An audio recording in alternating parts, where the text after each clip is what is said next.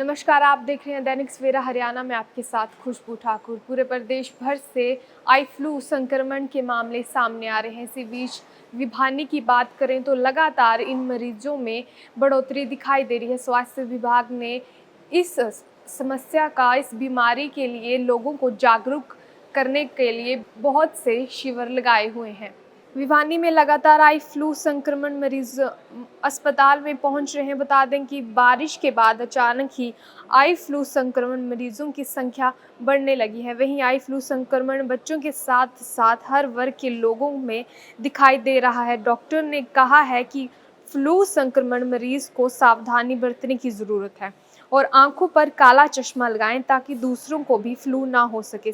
संक्रमण बीमारी की वजह से स्वास्थ्य विभाग ने लोगों को एडवाइस जारी कर खास तौर पर एहतियात बरतने की सलाह दी है। वहीं जिन घरों के अंदर आई फ्लू के कोई सदस्य संक्रमित हों तो उसे आइसोलेशन के लिए भी व्यवस्था के निर्देश दिए गए हैं, क्योंकि अन्य सदस्यों को भी आंखों में संक्रमण का खतरा हो सकता है। भिवानी के सामान्य अस्पताल की ओपीडी में भी आंखों की बीमारी से संक्रमित मरीजों की संख्या लगातार बढ़ती दिखाई दे रही है। आई फ्लू फैलने का कारण बताते हुए डॉक्टर ने बताया कि आई फ्लू को पीक आई के नाम से भी जाना जाता है। ये संक्रमण आंखों के वाइट पार्ट में होता है। खास तौर पर यह मानसून के मौसम में तेजी से फैलता दिखाई देता है। बारिश के मौसम में हवा में प्रदूषण के साथ नमी भी बरकरार रहती है और यही नमी आई फ्लू का कारण बनती है, क्योंकि मानसून सीजन में नमी के कारण बैक्टीरिया वायरस आसानी से आई फ्लू का खतरा बढ़ाने में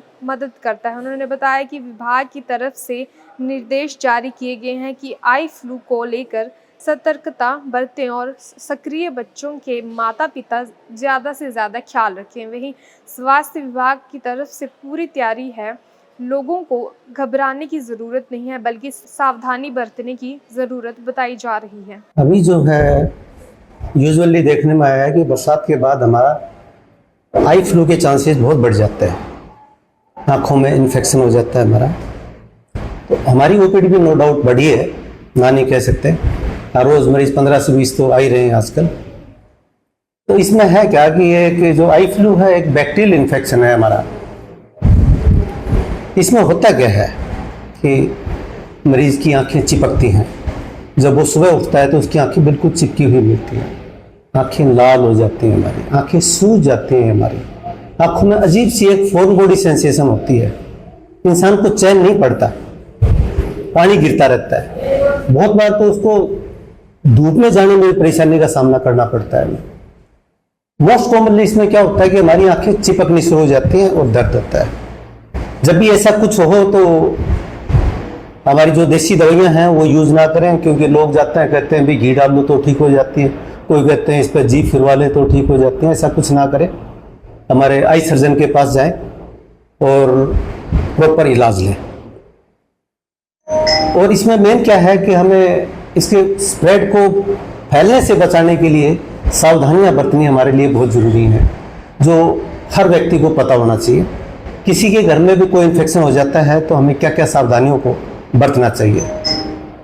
जब भी किसी को इन्फेक्शन होता है तो नंबर 1, जो इन्फेक्टेड पर्सन है जिसको हो रहा है उसको भी अपने हाथ अच्छे से साबुन से धो के रखें, और जिसने दवाइयाँ डालनी है वो भी अच्छे से हाथ धोए, मिनिमम 20 सेकंड के लिए हाथ जरूर धोए, और वो भी साबुन के साथ धोए। और साबुन अवेलेबल नहीं है तो हम आजकल जो चल रहा है कोरोना में बहुत यूज़ किया अल्कोहल बेस्ड हमारा सैनिटाइज़र, वो सैनिटाइजर भी यूज़ कर सकते हैं। लेकिन एक ध्यान रखें कि हाथ धोना बहुत ज़रूरी है इसमें। जिसको इन्फेक्शन है उसको भी धोना पड़ेगा, जिसने दवाइयाँ डालनी है उसने दवाई डालने से पहले भी धोना है और दवाई डालने के बाद भी धोना है। अदरवाइज वो इन्फेक्शन उससे लेके किसी और को फैला देगा या उसको खुद को हो जाएगा। नंबर 1। नंबर 2, उसको कोशिश करनी चाहिए कि कॉमन बेड यूज़ ना करे, कॉमन टॉवल यूज़ ना करे, कॉमन पिल्लो यूज़ ना करे, कॉमन बेडशीट का इस्तेमाल ना करें, और कॉमन रुमाल है वो भी यूज़ ना करें। कई बार क्या होता है कि हम कॉन्टैक्ट लेंसेज का यूज़ करते हैं, बहुत से बच्चे यूज़ करते हैं नो डाउट। तो इस सिचुएशन में अगर इन्फेक्शन होता है तो हमें कॉन्टैक्ट लेंस का प्रयोग नहीं करना चाहिए। जहाँ तक लोग स्विमिंग पूल में भी नहाते हैं उनको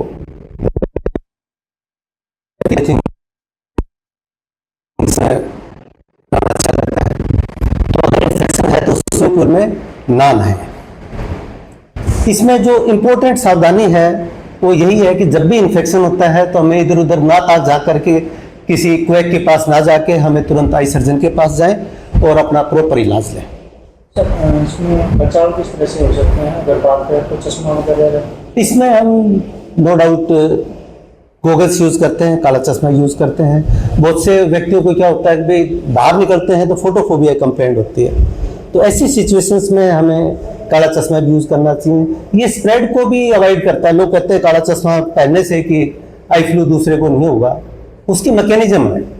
यूजुअली कई बार क्या होता है कि आई जो मक्खियाँ होती है ना, इनसे भी आई फ्लू होता है। उसको अवॉइड करने के लिए हम काले चश्मे का इस्तेमाल करते हैं।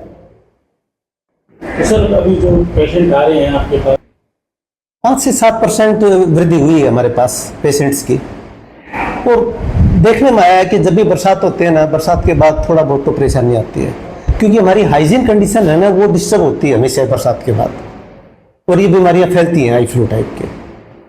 इंपॉर्टेंट हाइजीन का ध्यान रखें, अपने वातावरण की सफाई का ध्यान रखें, अपनी खुद की सफाई का ध्यान रखें, और परिवारजन जितने भी हैं सभी अपनी सफाई का ध्यान रखें।